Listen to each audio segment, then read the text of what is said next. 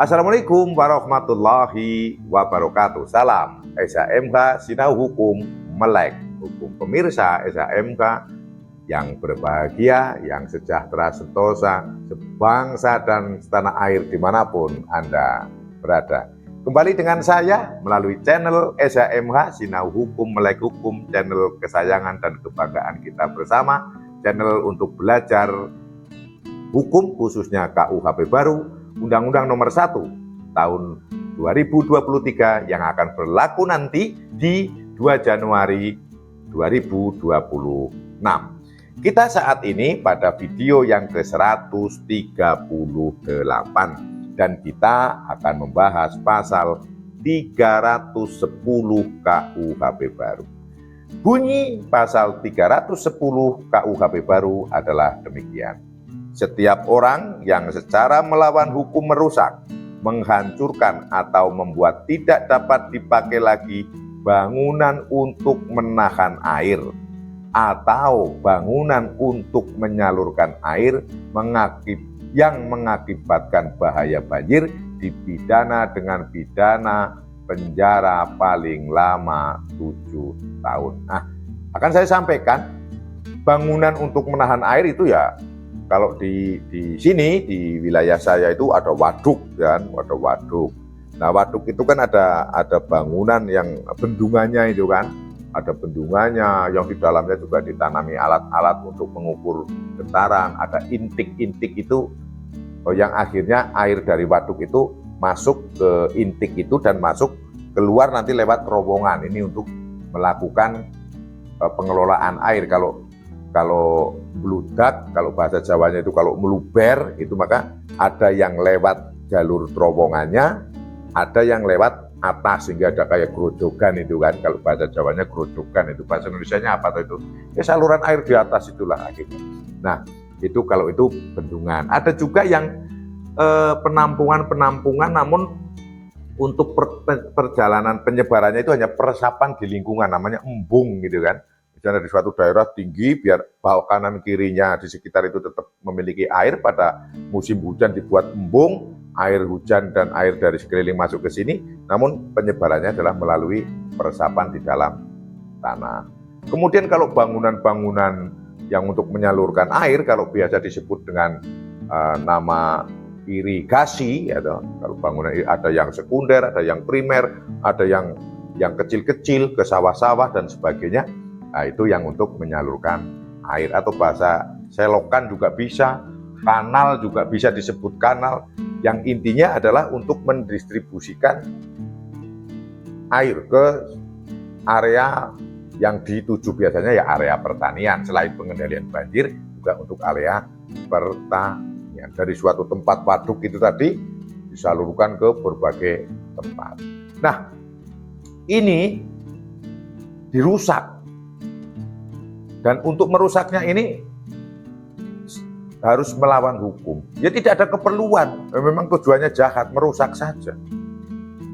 Kalau memang dirusak dulu, dirubah dulu, dibongkar, kemudian untuk dibangun kembali, itu termasuk tidak melawan hukum. Karena memang kan bangunan sudah pecah misalnya, kan dibongkar lagi, saluran airnya tetap dibongkar, rusak juga. Namun itu tidak termasuk yang melawan hukum. Karena apa? Niatnya membongkar itu adalah untuk dilakukan renovasi atau perbaikan.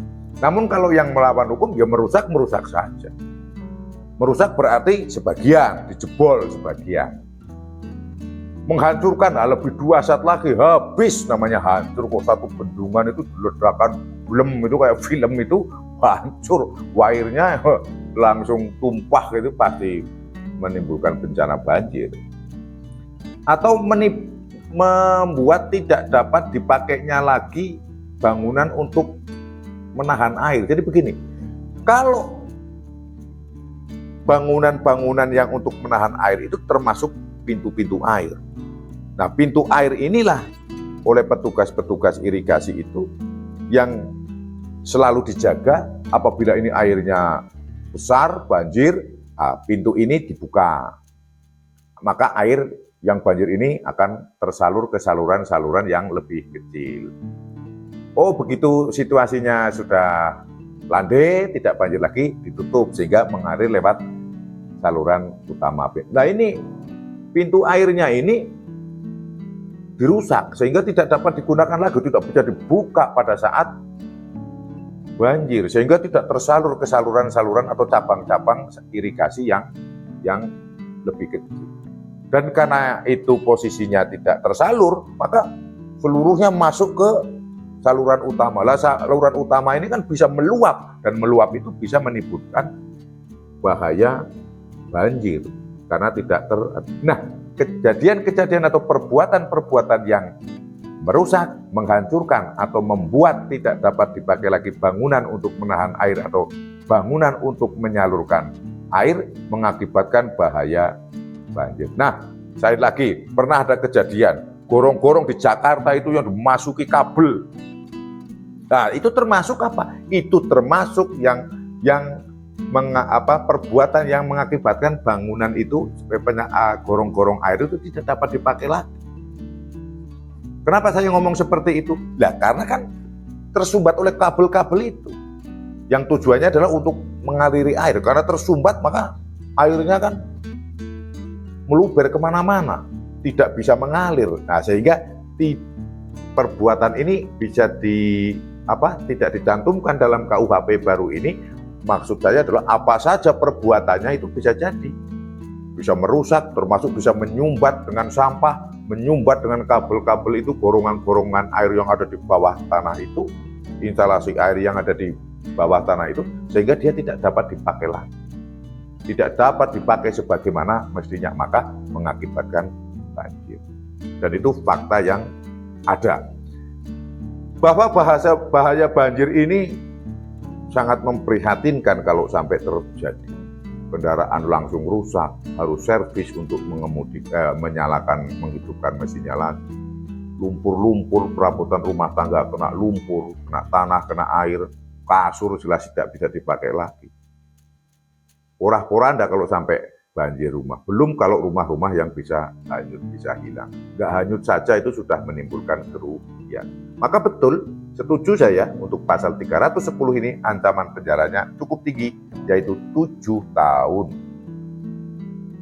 Pemirsa SHMH, saya pikir cukup jelas penjelasan saya mengenai pasal 310 ini.